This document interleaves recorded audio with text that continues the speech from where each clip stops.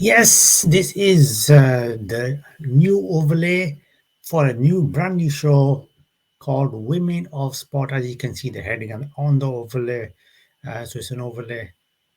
I think one of the pictures has been covered by the live thingy, but there's nothing much I could have done about that. But yes, this is Woman of Sport, a brand new series which will be happening every Sunday, exclusive to the Woman Agenda channel, live on YouTube. Thank you. Lots of news. As the title suggests, as the series suggests, Women of Sport. We'll be discussing about the latest women's sport news every week, Sundays, usually at 4 o'clock. But today it's a bit later. And if you want to get in touch, if you want to sponsor this show or collaborate with us on this Women of Sport on the Woman Agenda channel, get in touch, transport309@gmail.com. The email address is below if you want to be featured as a sport person. Get in touch on the Woman Agenda channel, and I will be looking to get women athletes on here as well, hopefully soon, or at least someone, hopefully soon. Lots of news to come up with, from cricket to football to netball to hockey. Lots of stuff coming up. Let's kick off with the first news, which is the cricket World Cup, which is not very good. Let's have a look what it is. So South Africa captain Dane van Niekerk hopefully is ruled out of the Cricket World Cup tournament for the women's. So that's not very good news happening. Now, she's a captain of the South Africa team as well, so that makes it even worse. He sustained, this is courtesy of crickettimes.com. She's, I'm afraid, has sustained a fracture or to her left ankle. Now, the ahead of the ICC Women's World Cup, which is happening very soon, South Africa has suffered a major blow as the Proteas captain Dane van Niekerk had after fracturing her ankle. Now, Cricket South Africa have reported the developments in a statement while announcing the 21-member squad for a training camp ahead of the ODI series.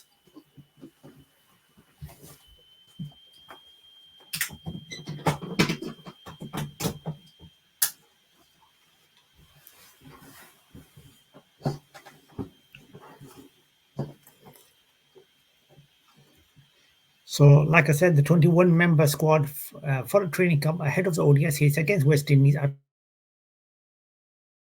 home in the tournament in New Zealand. So, the ODI series against West Indies was the lead up to this multi-team tournament, which is going to happen in New Zealand. Van Niekerk was also unavailable for the home series against the Caribbeans. The all-rounder sustained a fracture to a left ankle after accidentally slipping on a wet surface at home last week. As things stand, quote, she doesn't require surgery, but she will be monitored closely. It's a stable fracture with minimal displacement, and the recovery time line is no less than 12 weeks. Rosie Dane is a massive for the team that could surely miss her leadership and all-around capabilities, and we wish her speedy recovery. So the ODI leg against West Indies starts from January the 28th, while the Women's World Cup shall begin from March the 4th. The Proteas will start the campaign in a global competition against Bangladesh on March the 5th. So don't forget, the ODI leg is on January the 28th, and the Women's World Cup is March the 4th.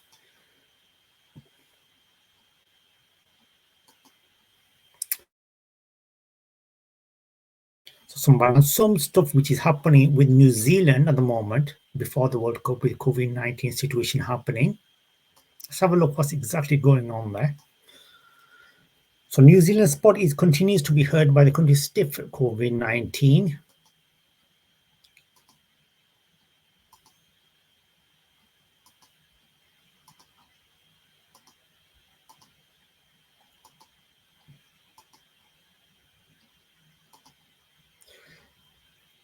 Border rules, which threaten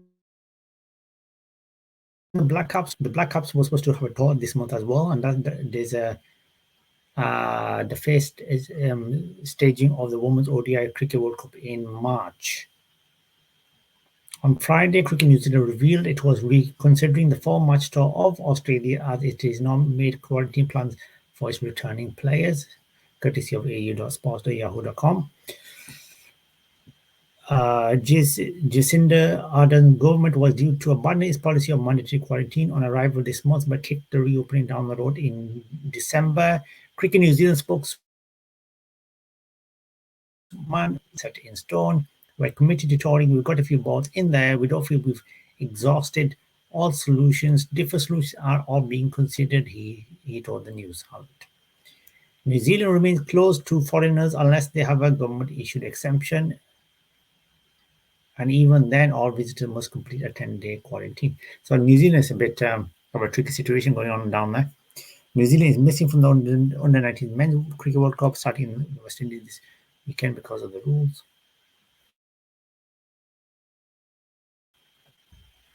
The Silver Ferns were forced to abandon last October's Constellium Cup, but have left New Zealand to play in a quad series against England, Australia, South Africa in London this week. Also on Friday, the All Blacks and Black Ferns confirmed they will travel to Spain for this month's World Rugby Sevens as well. So it's frustrating not to be able to travel at the moment, but that is out of our control. All Black Sevens coach Craig Littlejohn said.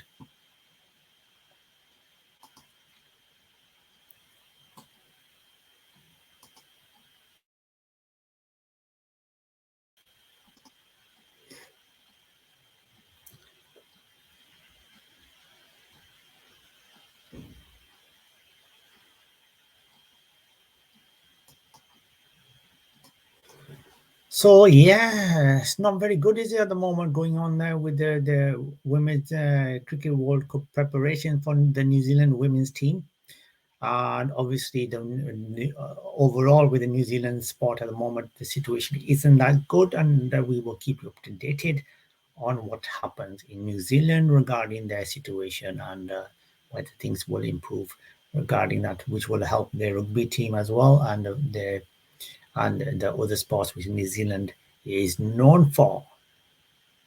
So let's have a look a bit on exact netball. There has been some action and some really good action which has been happening this week. Let's have a look at who's been doing what. So the Australian Diamonds have made a striking statement. Now, Australian Diamonds have made a striking statement of intent, now courtesy of the Guardian.com, as they bid to regain their global netball domination, crushing world champion New Zealand by 53-39 in the opening match in London. The Diamonds lost their crown to the Silver Ferns in Liverpool by a single goal back in 2019 and were also defeated 3-1 in the Constellation Cup Tasman Series last year, which suggested there was now a new order in the game. But with coach Stacey Mrnkovic adamant the 11-time world champs are out to dominate at big events again, the number one ranked Diamonds delivered an outstanding victory on Saturday on the Copper Box Arena at the start of Commonwealth Games. Among a team start of international competition, having played only 4 times all against New Zealand in the last couple of years.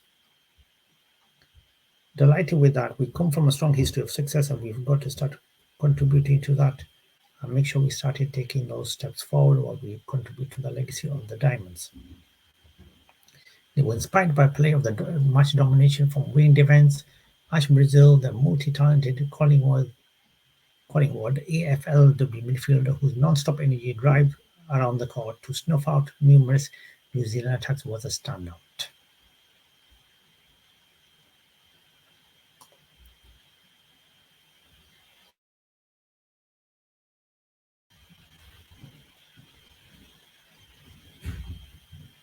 And also on the quad series which is happening in the UK, there has been some action by the England women netball team, which have overwhelmed South Africa in the opener. So well done to the England women's netball team.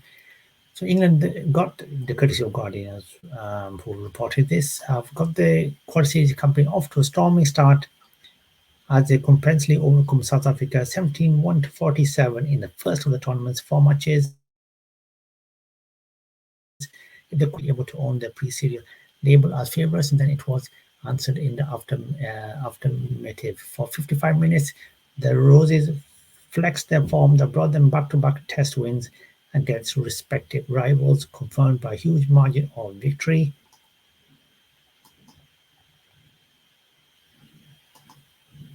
It was only in the first quarter the home side looked bothered by the Pro-T challenge. Leading the charge for England on the 150th outing was Jiva Mentor, who set the stone for the match when she made a gain on the ball's first entry into a defending circle. The flurry of action is as South Africa looked backwards, breathless on the chase. At the turn of the ninth minute, however, there was a distinct drop in England standards. A little bit sloppy was the description given by the head coach, just due to the sudden collapse.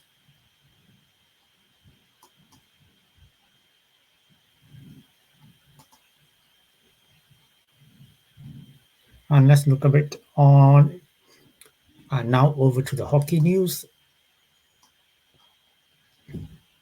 So India's women's hockey team has departed phone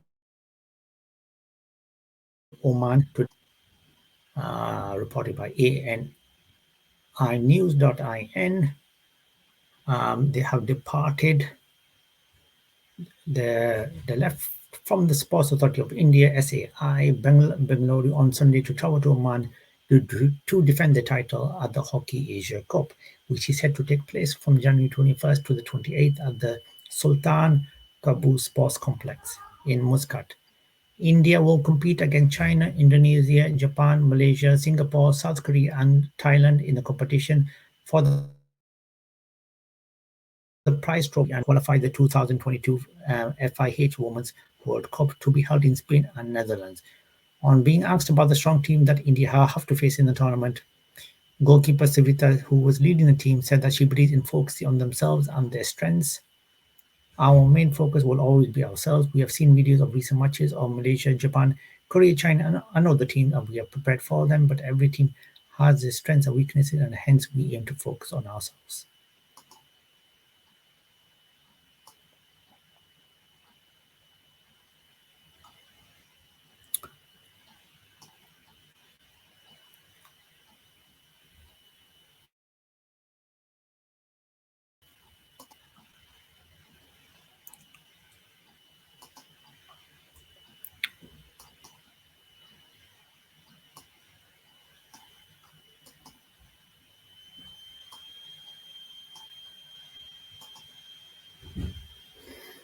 And finally, in the tennis, which is happening in the Australia Open, which is going to happen in Australia, the Australia Open, Emma Raducanu thinks that the Novak Djokovic saga has taken spotlight away from the Australia. He exactly said via the GiveMeSpot.com.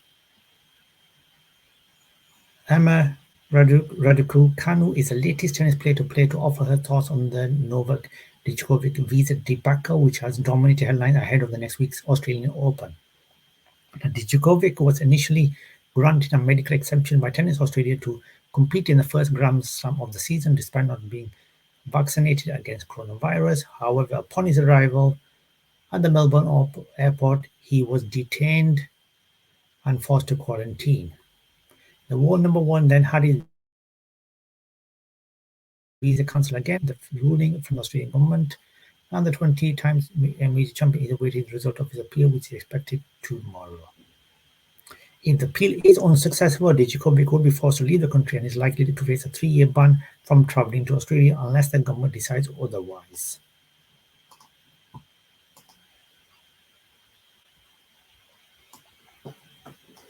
So let's hope that gets sorted out. I mean, if he does have a medical exemption, then hopefully he can get permitted to play in the Australian Open next week. That is regarding the women's sport of the week. That is it for this week. We will be back next week with more action on the women's sport, more action results, the final scores, and so forth. So much stuff happening. And next week we'll have lots of football scores, women's scores, and stuff, and lots of information on the women's World Cup happening, and lots of stuff about the netball series, what's going on, and the Australian Open, and so much more on the woman of sport on the Woman Agenda podcast channel. So stay tuned here, only on here with Raju here live. A special 19 event special episode is coming up later on, so stay tuned for that. Only on here. Get in touch if you want to be featured on the podcast and spotlight309 and gmail.com. Like I said, we want to bring athletes on here as well soon, so hopefully we can do soon. So that will be the plan soon on this. Thank you very much for watching. If you want to get in touch on our social media channels, this is the way to do it.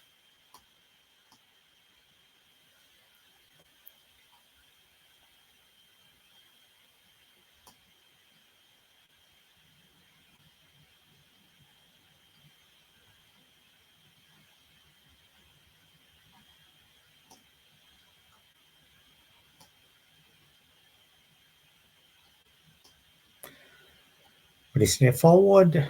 Like I said, if you want to be interviewed, if you want to collaborate, or you want to advertise with us, you want to advertise on the Woman of Sport show, which is happening every Sunday exclusive on the Women's Sport 309@gmail.com. And you will be featured on the channel as well as the social media channels which we have, which are having a great response at the moment.